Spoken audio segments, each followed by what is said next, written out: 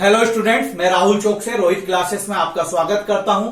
आज हमारे world geography की बात करें तो वर्ल्ड ज्योग्राफी मैप पे स्टडी कर रहे हैं। इसका फर्स्ट पार्ट हो चुका है जिसमें नॉर्थ अमेरिका महाद्वीप और आपको बताया था कि इस महाद्वीप की उत्पत्ति कैसे हुई। मैंने वेगनर के बारे में बताया था, लेकिन बाद में वेगनर की थ्योरी क्या हो गई थी, फेल हो गई थी। लेकिन ये थ्योरी क्लास में मैं आपको बताऊंगा। क्लियर? और आपको सेकंड पार्ट अच्छे से समझ में आए इसलिए फर्स्ट पार्ट जरूर देखना, और मैं फर्स्ट पार्ट इस वीडियो के डिस्क्रिप्शन में फर्स्ट पार्ट की लिंक आपको दे दूंगा। क्लियर? हम बात करें, पहले हमने फर्स्ट पार्ट में क्या पढ़ा था उसका हल्का हल्का हम रिवीजन कर ले रहे हैं। हमने पढ़ा था कि हमारे दुनिया पर कितने कुल महाद्वीप है? 7। महाद्वीप क्या होता है?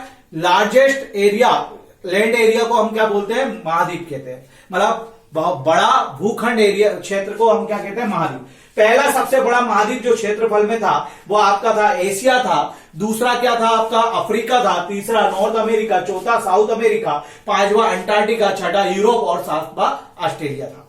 अब बात करें तो ये जो क्षेत्रफल में जो है ये तीसरे स्थान पर है, और यहां पर पूरी दुनिया का कितना परसेंट क्षेत्रफल था? 16.5% क्षेत्रफल में बसा हुआ नॉर्थ अमेरिका है।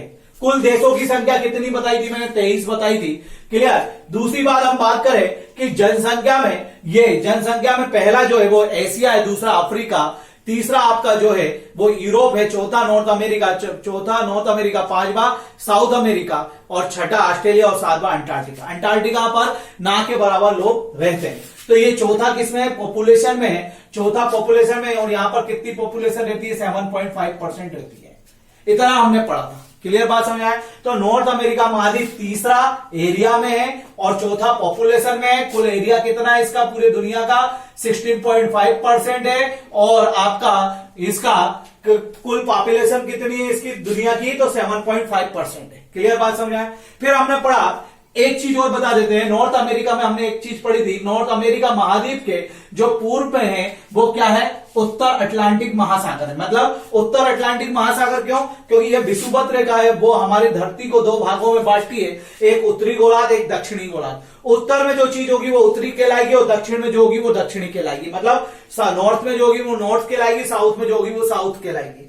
तो हम फिर से एक रिवीजन कर रहे हैं छोटा सा, कि जो आपका उत्तर अमेरिका महाद्वीप जो है उसके पूर्व में उत्तर अटलांटिक महासागर है और उसके पश्चिम में प्रशांत महासागर है। क्या है? प्रशांत महासागर है। ऊपर जाओगे तो आर्कटिक महासागर है, आर्कटिक ओशियन है। मतलब Atlantic ocean, Pacific ocean, Arctic ocean, और नीचे साउथ अफ्रीका महाद्वीप है। क्या है? साउथ अमेरिका महाद्वीप। क्या है? नीचे साउथ अमेरिका महाद्वीप है। क्लियर बात समझ में आया? अब हमने कल क्या क्या पढ़ा, मैप पे बात देखे तो यहां से हमारी धरती गोल है, तो ये एशिया है। मतलब हमारी गोल है एशिया, इसी के बाजू में है। ये जो है, पहले बात करें एशिया का, ये रूस देश है। ये जो है अलास्का की बात की थी। अलास्का पहले किसका था? रूस का था। एक बर्फीला क्षेत्र था, लेकिन ये 49वां राज्य है किसका? अमेरिका का है। क्लियर बात समझ आ गया? अब 49वां राज्य है किसका? अमेरिका। पहले किसका था? रूस का। हमने पढ़ा था ऊपर ब्रुक्स श्रेणी है और नीचे कौन सी? अलास्का श्रेणी है। ऊपर ब्रुक्स श्रेणी है, नीचे अलास्का श्रेणी है। दोनों के बीच में यूकान का पठार है। दोनों के बीच में कौन सा था? यूकान का पठार है। और यहां पर मैकेंजी श्रेणी है।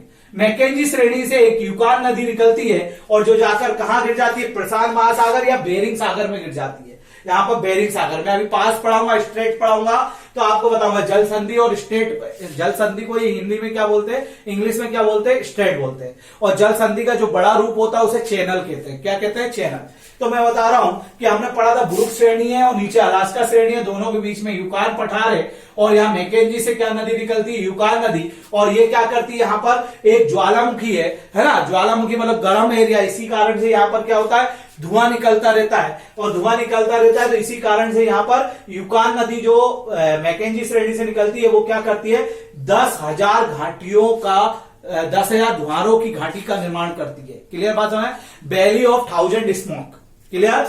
अब फिर हमने पढ़ा था यहां पर कोस्ट रेंज है, तटीय श्रेणी।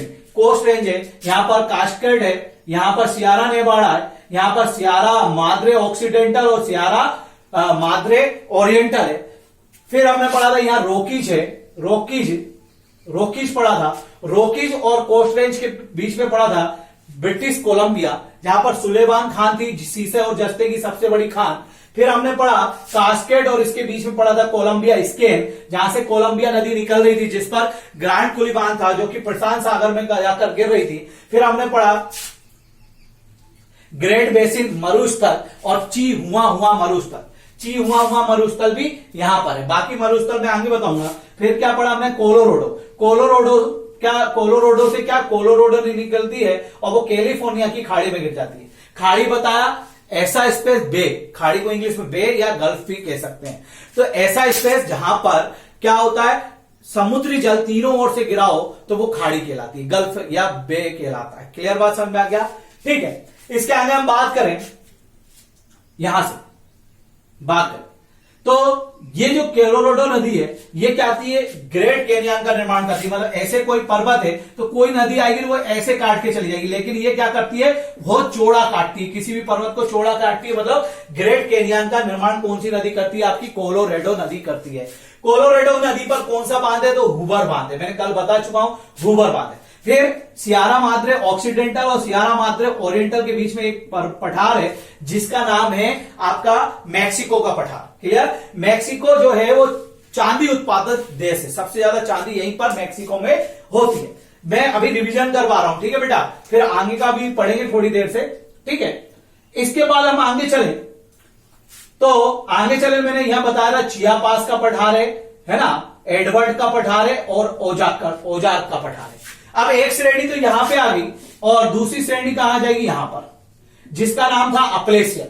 अपलेशियन की सबसे ऊंची चोटी क्या थी आपकी, माउंट मीचेल, जहां पे कैसा कोयला पाया जा रहा था, एंथ्रोसाइट कोयला पाया जा रहा था, जो कि अच्छी कोटि का कोयला था। क्लियर? जो कैसा कोयला था, बहुत ही अच्छी कोटि का कोयला था। ठीक है, एंथ्रोसाइट कोयला हमारे भारत में एकमात्र जगह कहां पाया जाता है, मैंने पिछली वीडियो में बताया, कारगिल में पाया जाता है। यहां से दो नदी निकली थी, एक तो हडसन नदी जिस पर न्यूयॉर्क बसा है, और दूसरी पोटोमेक नदी जिस पर क्या बसा है, आपका वॉशिंगटन डीसी बसा है। क्या बसा है, वॉशिंगटन डीसी। यहां तक हम लोगों ने स्टडी कर लिया था, जो मैंने और उस वीडियो में बताया होगा। मैंने बताया कि फर्स्ट वीडियो का जो है डिस्क्रिप्शन में, इस वीडियो में फर्स्ट वीडियो की डिस्क्रिप्शन का लिंक दी गई है। डिस्क्रिप्शन में क्या दी गई, लिंक। अब हम आगे थोड़ा स्टडी करते हैं इसको रफ करके। क्लियर? आगे स्टडी करते हैं। अलास्का पहले किसके पास था भाई, रूस के पास, अब किसके पास हो गया है, इंडिया के पास।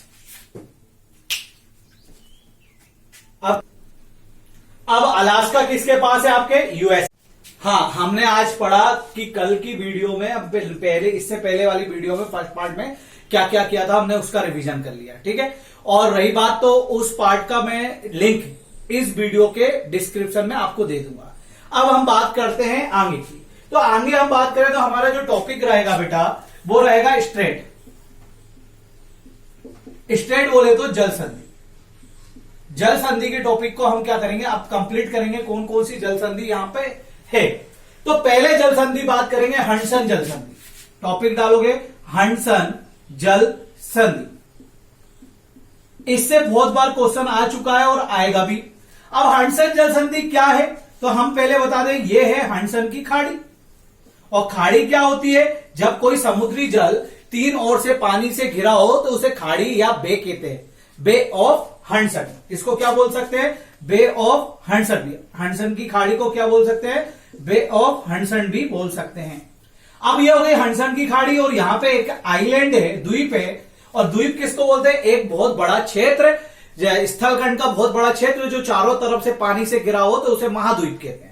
और द्वीप एक छोटा सा स्थलखंड का वो क्षेत्र, land area, small land area, जिसको छोटा, जो चारों तरफ से पानी से घिरा हो उसे क्या कहते हैं, द्वीप। तो ये हो गया आपका बैफिन द्वीप।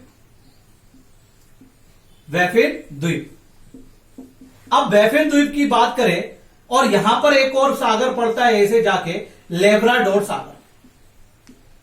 लेब्राडोर सागर पड़ता है, मतलब लेब्राडोर सी।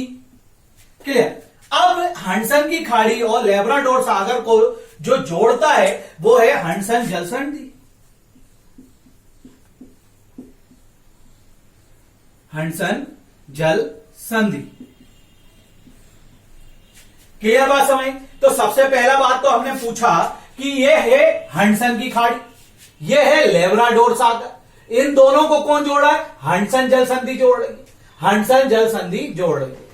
ये है बैफिन द्वीप, बैफिन आइलैंड, यहां पर है अनगावा। तो ये जो पॉइंट पड़ जाता है इसको बोलेंगे अनगावा। क्या बोलेंगे? अनगावा बोलेंगे। और ये क्या होगा? बैफिन द्वीप। तो हडसन जल संधि जो है वो बैफिन द्वीप और अनगावा को अलग करता है, और हडसन जल संधि जो है वो हडसन की खाड़ी और लेब्राडोर सागर को जोड़ता है। बस हडसन जल संधि से यहीं से क्वेश्चन आते हैं। नेक्स्ट बात करें तो यहां पर एक द्वीप पड़ता है जिसका नाम है ग्रीनलैंड। क्या नाम है भाई? ग्रीनलैंड। ये दुनिया का, ये बात कर रहे हैं हम, इस लैंड की बात कर रहे हैं, ये है ग्रीनलैंड। ये दुनिया का सबसे बड़ा द्वीप है। कई बार क्वेश्चन आ चुका है दुनिया का सबसे बड़ा द्वीप कौन सा है, तो ग्रीनलैंड है।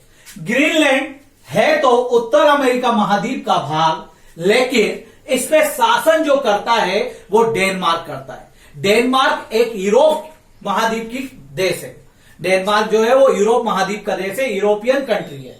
तो मैंने क्या बताया, क्वेश्चन आता है कि आपका जो डेनमार्क है वो आपका जो ग्रीनलैंड है वो किसका भाग है, तो उत्तर अमेरिका महाद्वीप का भाग है। और दूसरा पूछता है कि ग्रीनलैंड जो है उस पर प्रशासनिक अधिकार किसका है, तो डेनमार्क का है। और डेनमार्क कहां की कंट्री है, तो यूरोप महाद्वीप की कंट्री है। डेनमार्क को उंगली नुमा देश भी कहा जाता है क्योंकि वो उंगली की तरह दिखाई देता है।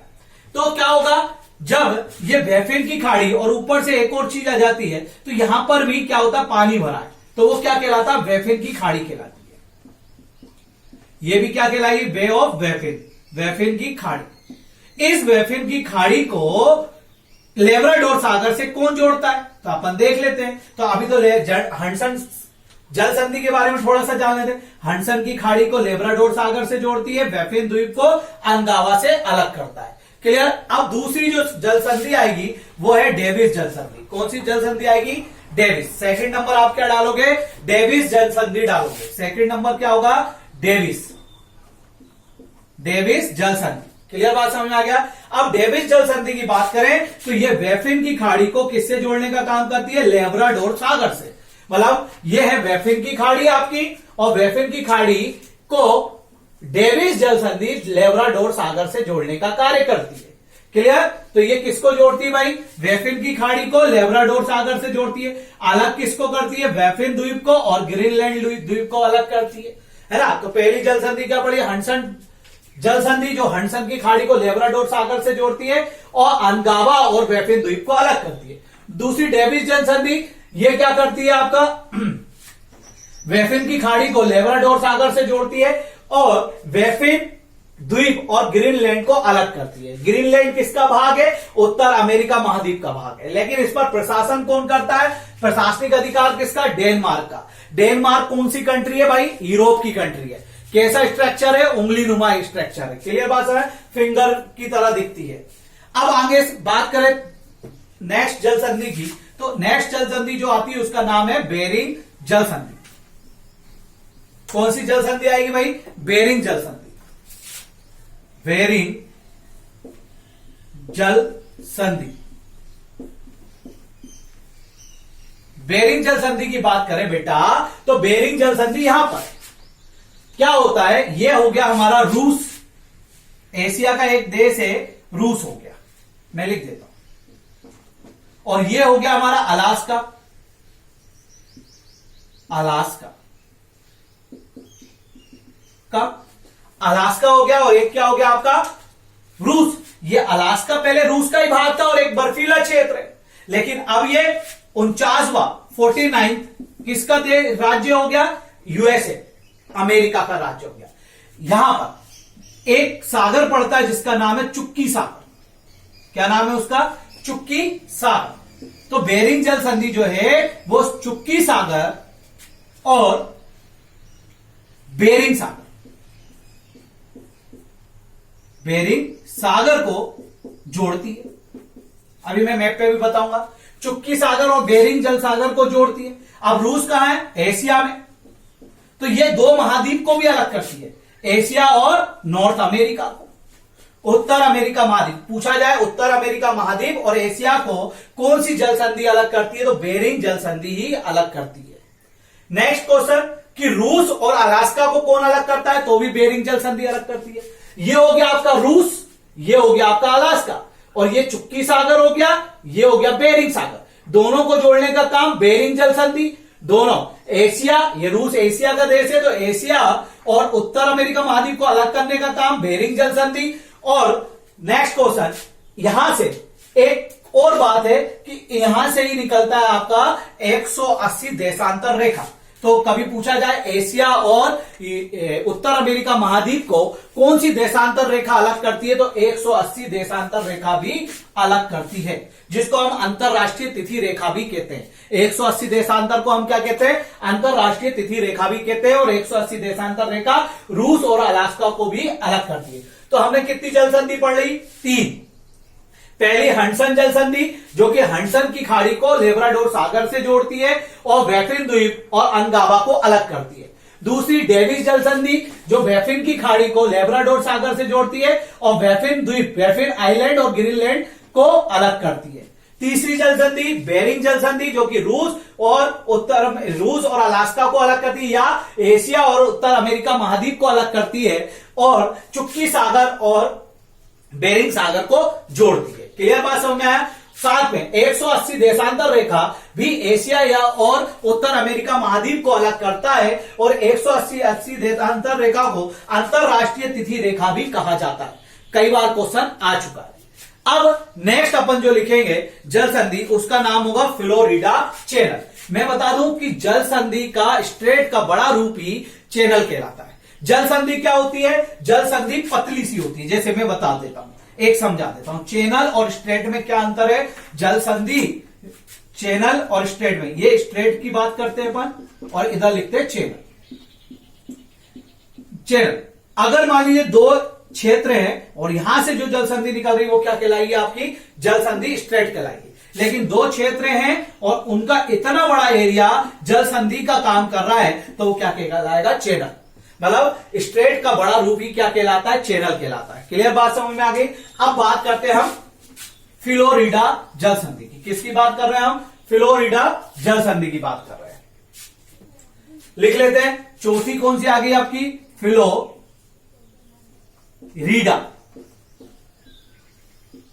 फ्लोरिडा जल संधि। बेटा अभी अपन पूरी वो भी पढ़ेंगे, कौन कौन सी जल धाराएं चलती है ना। फ्लोरिडा जल संधि, फ्लोरिडा जल संधि की अगर हम बात करें तो फ्लोरिडा जो जल संधि है, मैं यहां का एरिया एक बना रहा हूं, ठीक है। फ्लोरिडा जल संधि में कुछ एरिया बना रहा हूं और यहां बना रहा हूं क्यूबा।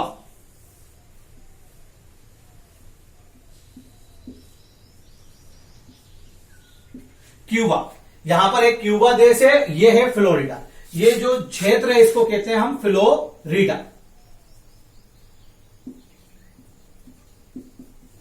फ्लोरिडा, यहां से बहुत क्वेश्चन आते हैं बेटा। और ये कौन सा कहलाता है, युकाटन। युकाटन कौन सा क्षेत्र कहलाता है, युकाटन। इसके नीचे तुम आओगे तो ये कौन सा पड़ जाएगा आपका, कैरेबियन, कैरेबियन सागर। ये जो एरिया कहलाएगा ये कहलाएगा कैरेबियन सागर, कैरेबियन सी, ठीक है। तो हमने पहली जो चौथी जो जल संधि लिखी उसका नाम है फ्लोरिडा जल संधि। और ये कौन सी हो जाएगी भाई, मैक्सिको की खाड़ी। अभी मैं मैप पे समझा रहा हूं, मैक्सिको की खाड़ी। हम बात करें कि ये मैक्सिको की खाड़ी हो गई, इतना एरिया, और ये हो गया आपका फ्लोरिडा और ये हो गया क्यूबा। क्लियर बात समझ में आया। तो मैक्सिको की खाड़ी हो गई, फ्लोरिडा हो गया और क्यूबा, और ये हो गया आपका युकाटन। ये फ्लोरिडा, ये युकाटन और युकाटन, और ये क्या हो गया आपका मैक्सिको की खाड़ी, और ये हो गया आपका क्यूबा, और नीचे हो गया कैरेबियन सागर। जितने भी देश यहां पर आते हैं वो कैरेबियन आइलैंड कहलाते हैं या कैरेबियन कंट्री कहलाती है। इनको संयुक्त रूप में, छोटे छोटे द्वीप में कई देश बसे हुए हैं, इनको संयुक्त रूप में पश्चिमी देश समूह कहते हैं, वेस्ट इंडीज के नाम से जाना जाता है। ये क्यूबा, हैती, प्यूर्टोरिको है ना, इन सबको मिलाकर आपका क्या बनता है, ये वेस्ट इंडीज बनती है। क्लियर। तो ये हो गई मैक्सिको की खाड़ी, और ये हो गया फ्लोरिडा, ये क्यूबा, ये युकाटन, और ये हो गया मैक्सिको की खाड़ी। अब बात करें मैक्सिको की खाड़ी को फ्लोरिडा जल संधि क्या जोड़ती है? अटलांटिक महासागर से जोड़ती है। देखो आपको बता देता हूं यहां से हम हटाते हैं। यह है मैक्सिको की खाड़ी और इसको मैक्सिको की खाड़ी के जल को अटलांटिक महासागर के जल से कौन जोड़ता है? मैक्सिको की खाड़ी के जल को अटलांटिक महासागर के जल से कौन जोड़ता है? फ्लोरिडा जल संधि जोड़ती है। क्लियर बात समझ में आया? फ्लोरिडा जल संधि जोड़ती है, फ्लोरिडा जल संधि जोड़ती है। साथ में फ्लोरिडा जल संधि फ्लोरिडा शहर को और क्यूबा शहर को दोनों को क्या करती है? अलग करती है। क्यूबा देश को, जिसकी राजधानी क्या है आपकी? हवाना। क्यूबा की राजधानी क्या है? हवाना। तो क्यूबा को क्या करती है? अलग करती है। फिर से बता रहे हैं कि फ्लोरिडा जल संधि मैक्सिको के खाड़ी को अटलांटिक महासागर से जोड़ती है और फ्लोरिडा शहर को क्यूबा से अलग करती है। फ्लोरिडा शहर को क्यूबा से क्या करती है? अलग करती है। तो फ्लोरिडा जल संधि में क्या लिखोगे कि मैक्सिको की खाड़ी का जल को अटलांटिक महासागर से जोड़ता है। दूसरी बात, एक उत्तर अमेरिका जो संयुक्त राष्ट्र अमेरिका यूएस है, उसका फ्लोरिडा शहर को क्यूबा से अलग करती है जल संधि, क्यूबा आइलैंड से अलग करती है। क्यूबा एक देश है जिसकी राजधानी क्या है? हवाना। और क्यूबा जो है आपका चीनी का कटोरा कहलाता है। क्लियर? क्यूबा में शक्कर बनती है, इसीलिए ये किसका कटोरा कहलाता है? चीनी का कटोरा कहलाता है। क्लियर समझ? गन्ने के लिए भी प्रसिद्ध है। क्लियर? आगे देखते हैं, मैक्सिको की खाड़ी को अटलांटिक महासागर से कौन जोड़ा भाई? फ्लोरिडा जल संधि। फ्लोरिडा शहर जो कि यूएसए का है, उसे क्यूबा से अलग कौन कर रहा है? तो कौन कर रहा है? फ्लोरिडा जल संधि। क्यूबा किसके लिए प्रसिद्ध है? चीनी के लिए, और चीनी का कटोरा कहते हैं। फिर क्यूबा की राजधानी क्या है? हवाना। इतना समझ लिया। अब चलते हैं नेक्स्ट टॉपिक पे। आपकी नेक्स्ट जो 5वीं जल संधि आएगी उसका नाम है युकाटन जल संधि। कौन सी आएगी भाई? युकाटन जल संधि। कौन सी आएगी? युकाटन जल संधि। युकाटन, उसको युकाटन बोलते हैं, मैप पे युकाटन लिखा होता है 5 बार।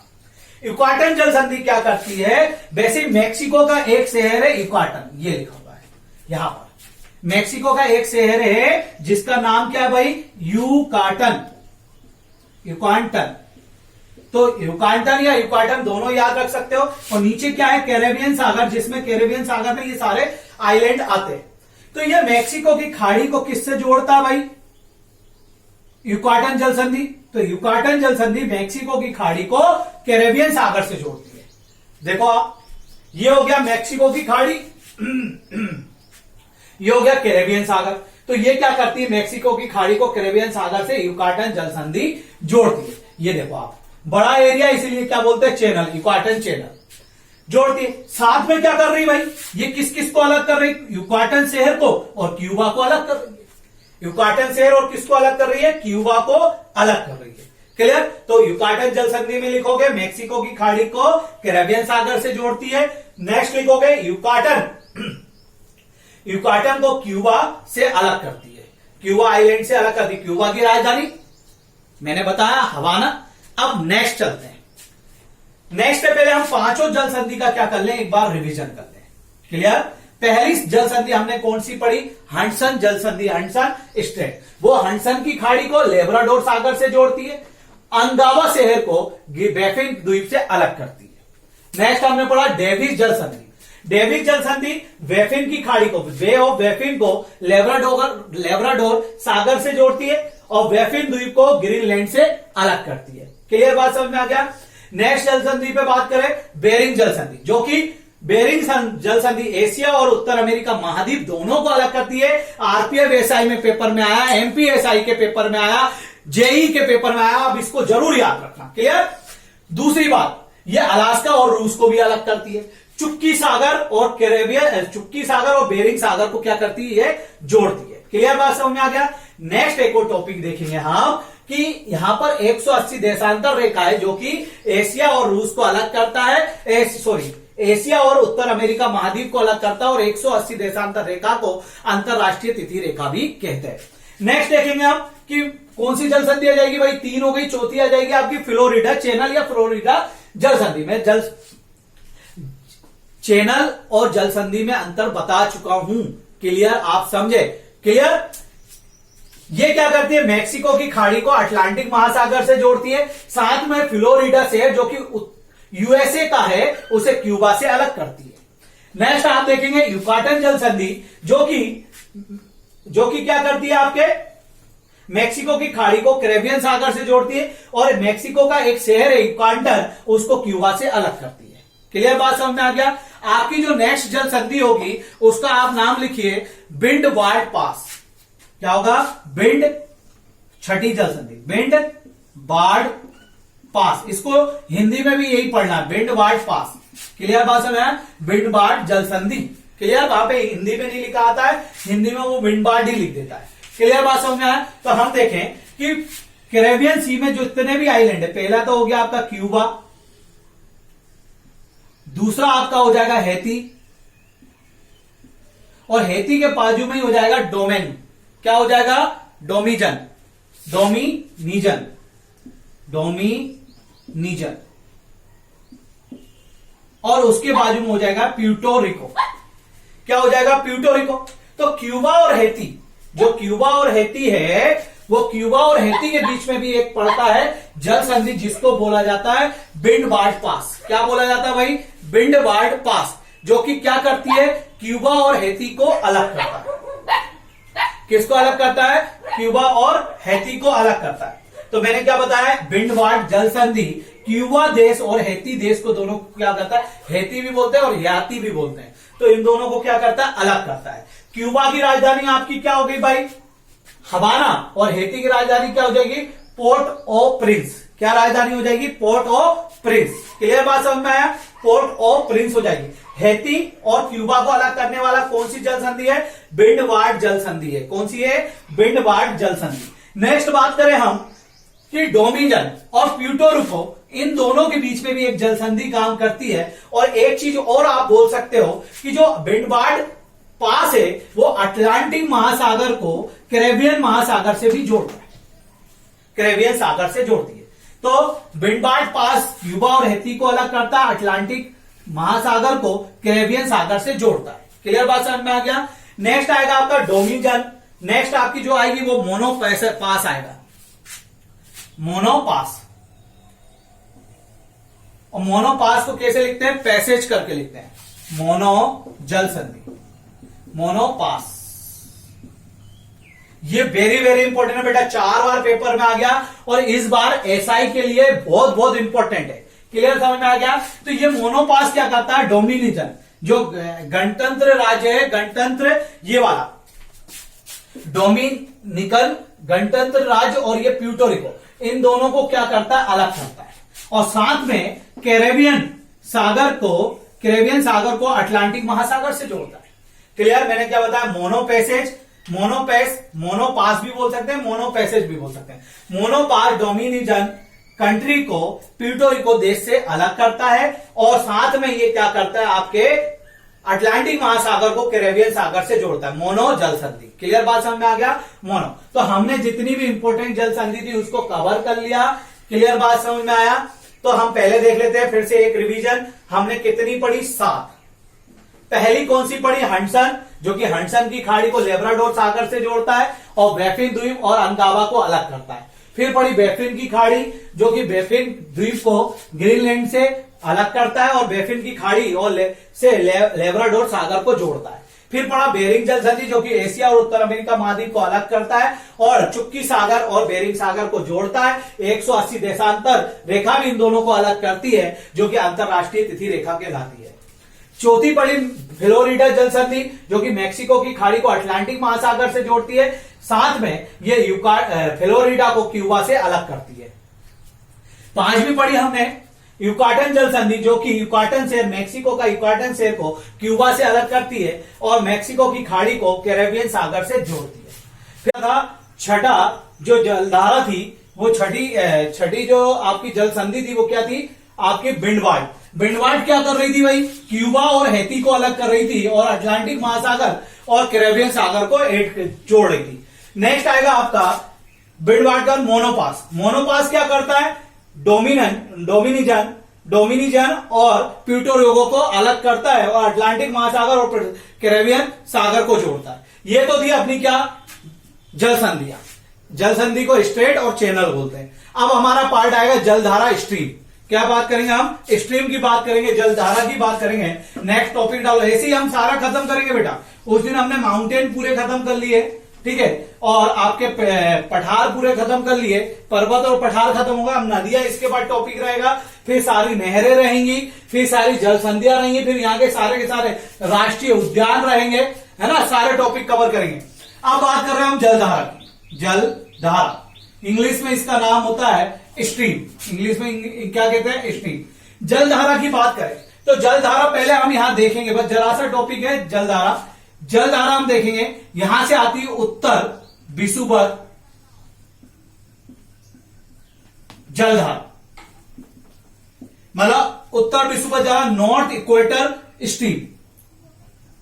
अब मेरी बात को समझना, ये हमारे इक्वेटर है। इक्वेटर पे जितनी भी जलधाराएं चलेंगी और इक्वेटर से जितनी भी जलधाराएं ऊपर की ओर चलेंगी, वो सबके सब कैसी होगी? गर्म जलधारा होंगी। इसके बाद जलधारा के बाद टॉपिक हमारा हवाएं आएंगी, हम हवाएं पढ़ेंगे। तो जलधारा जितनी भी अगर इक्वेटर से ऊपर की ओर जाएंगी, क्योंकि यहां पे सूर्य क्या होता है? लंबा चमकता है। मैंने बताया था जब हम क्या पढ़ रहे थे, पृथ्वी पढ़ रहे थे। अपन टॉपिक देखना, अब वर्ल्ड ज्योग्राफी का पार्ट 3 है।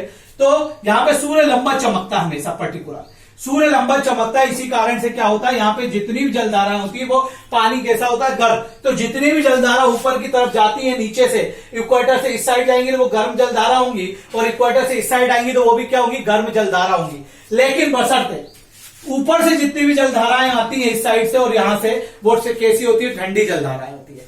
वैसे एक जलधारा चलती है जिसको बोलते हैं उत्तर विषुवत जलधारा। उत्तर विषुवत जलधारा जब ऐसी चलती है तो वो दो शाखाओं में बढ़ जाती है। एक तो नीचे, तो वो क्या होती है? दो शाखाओं में बढ़ जाती है। एक तो यहां चली जाती है और एक ऊपर चली जाती है।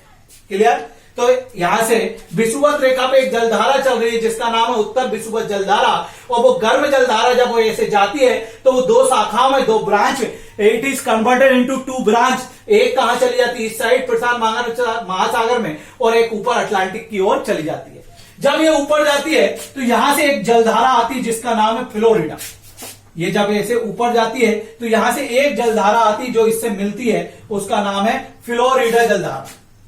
फ्लोरिडा जलधारा हम इसका तब पढ़ेंगे जब साउथ अमेरिका महाद्वीप पढ़ेंगे, तब मतलब दक्षिण अमेरिका महाद्वीप पढ़ेंगे, तब इसके आगे का पढ़ेंगे। यहां से जलधारा आई विषुवत रेखा के द्वारा, उत्तर विषुवत जलधारा आई जो ऊपर की ओर गई, इसमें एक और जलधारा आके मिली तो ये बन गई गल्फ स्ट्रीम। गल्फ स्ट्रीम जलधारा, ये क्या बन गई? Gulf stream. गल्फ स्ट्रीम जलधारा बन गई। और ये कौन सी थी? फ्लोरिडा जलधारा। मतलब विषुवत रेखा पे जो चल रही थी वो उत्तरी विषुवत रेखा जलधारा दो शाखाओं में बटी बेटा। एक तो नीचे गई, एक ऊपर गई, उसमें फ्लोरिडा जलधारा एक शाखा आके मिली। तो अब जो फ्लोरिडा और उत्तर विषुवत जलधारा की शाखा से मिलकर जो जलधारा बनी उसे बोला गल्फ स्ट्रीम जलधारा। अब गल्फ स्ट्रीम जलधारा, इसको रफ कर रहा हूं, जब ऊपर जाती है तो यहां पर ऊपर से एक जलधारा आती है जिसका नाम है लेब्राडोर।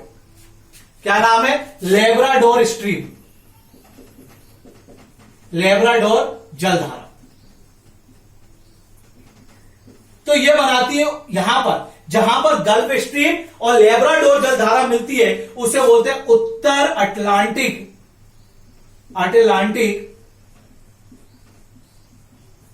प्रवाह। क्लियर बात समझ आ गया? क्लियर बात समझ में आ गई?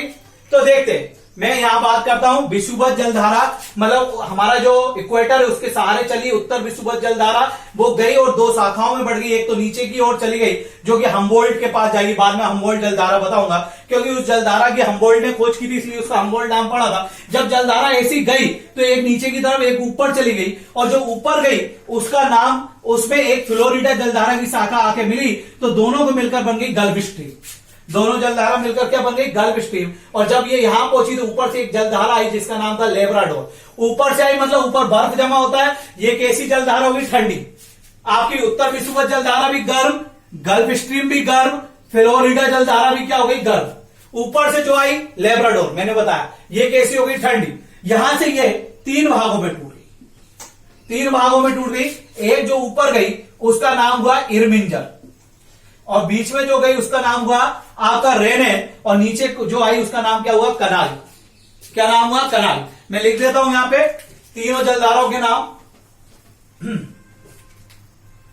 एक जो यहां गई उसका नाम हुआ इरमिंजर, इरमिंजर जलधारा। दूसरी है ऐसी जो गई उसका नाम हुआ रेनिन, और तीसरी जो नीचे आई उसका नाम हुआ कनारी। आपको दिख रहा होगा कनारी, कनारी जलधारा। तो दो ही जलधारा थी जो ऊपर से नीचे आ रही थी, एक तो लेब्राडोर और एक कनारी। ये दोनों जलधारा कैसी है, ठंडी, और बाकी सब जलधारा इरमिंजर भी कैसी है, गर्म, रेनिन भी कैसी, गर्म। कैसे गर्म, देखो भाई सूर्य यहां चमकता है भाई विषुवत रेखा पे, तो ये एरिया इसके मुकाबले गर्म है, यहां के एरिया के मुकाबले ये गर्म है। यहां के अलावा जब ये से ऊपर जाएगी तो ये ऊपर क्या जमा होगा, बर्फ, तो ये एरिया क्या होगा, गर्म। तो ये इरमिंजर जो ऊपर जाएगी वो कैसी जलधारा होगी, गर्म, यहां आएगी वो भी कैसी जलधारा होगी, गर्म। लेकिन यहां का पानी तो क्या होगा, ठंडा, यहां गर्म होगा, तो यहां नीचे आएगी तो वो कैसी जलधारा कहलाएगी, ठंडी जलधारा कहलाएगी। बात समझ में आ गया। तो हमने क्या पढ़ा कि उत्तर विषुवत जलधारा विषुवत रेखा पे चलते हुए जाके दो शाखाओं में बढ़ जाती है। एक ऊपर जाती है तो उसमें गल्फ स्ट्रीम इधर से आके मिलती है, सॉरी फ्लोरिडा आके यहां से मिलती है, तो उत्तर विषुवत रेखा की एक शाखा और फ्लोरिडा दोनों मिलाके गल्फ स्ट्रीम जलधारा बनाती है। गल्फ स्ट्रीम जलधारा जब ऊपर जाती है तो ऊपर से आती है लेब्राडोर, दोनों मिलकर उत्तर अटलांटिक प्रवाह बनाते हैं। यहां से तीन जलधाराएं निकलती है, एक तो इरमिंजर, इरमिंजर ये कैसी जलधारा होगी, गर्म, क्योंकि नीचे क्या होता है, गर्म पानी, ऊपर ठंडा, तो ये गर्म जलधारा। और यहां भी जाएगी तो वो कैसी होगी, रेनेन, और रेनेन भी कैसी जलधारा होगी, गर्म जलधारा। और एक नीचे आएगी उसका नाम होगा कनारी, और कनारी कैसी जलधारा होगी, ठंडी जलधारा, क्योंकि यहां सूर्य की रोशनी कम पहुंचती थी, यहां ठंडा होगा, यहां गर्म, इसलिए यहां नीचे आते हुए क्या हो जाएगी, ठंडा पानी लेकर आएगी तो ये ठंडी जलधारा होगी। तो स्ट्रीम हमारी ये खत्म हुई। अब हम हवाएं, फिर यहाँ के देश के राज्यों के नाम, और यहां से जुड़ी हुई कि दुनिया का सबसे पहला राष्ट्रीय उद्यान कौन सा है, तो वुड बुफेलो राष्ट्रीय येलोस्टोन पार्क है। उसके दोनों साइड से मिसिसिपी, मिसोरी, और क्या निकलती है, मिसिसिपी और मिसोरी निकलती है, दोनों सेंट लुइस में मिलती है, आगे पढ़ेंगे, क्लियर। यहाँ पे 5 ग्रेट लेक्स हैं, सुपीरियर झील है, मिशिगन झील है, इन पे कौन से शहर बसे हैं, कौन सा किसके लिए फेमस है, यहाँ ग्रेट कैनेडियंस है, कैनेडियंस में क्या क्या चीजें, यहाँ क्या क्या चीजें, ये सारी हम अगले वीडियो में पढ़ेंगे, है ना। और आपको अगर ये पसंद आ रहा हो तो शेयर करो भाई, है ना। जितने ज्यादा सब्सक्राइबर बढ़ेंगे तो उतना ज्यादा हम और अच्छे से वीडियो आपको दे पाएंगे, क्लियर। और ये बिल्कुल क्लास की तरह पढ़ाया जा रहा है, कोई आपको प्रोफेशनल नहीं बताया जा रहा है, इतनी हाई लैंग्वेज में नहीं बताया जा रहा कि आपको समझ में ना आए, क्लियर। मैं 2 क्वेश्चन पूछूंगा, उसका आप जवाब दीजिएगा कि बेरिंग जल संधि कौन से 2 महाद्वीपों को अलग करती है। तीसरा क्वेश्चन था कि जितनी भी हमने जलधाराएं पढ़ी उनमें से ठंडी जलधारा कौन सी थी, कोल्ड स्ट्रीम कौन सी थी, बस इतना बताना है। और आपको अगर वीडियो पसंद आ रही है तो लाइक कीजिए, सब्सक्राइब कीजिए, कमेंट जरूर कीजिए, आंसर जरूर दीजिए। Thank you, all the best and best of luck.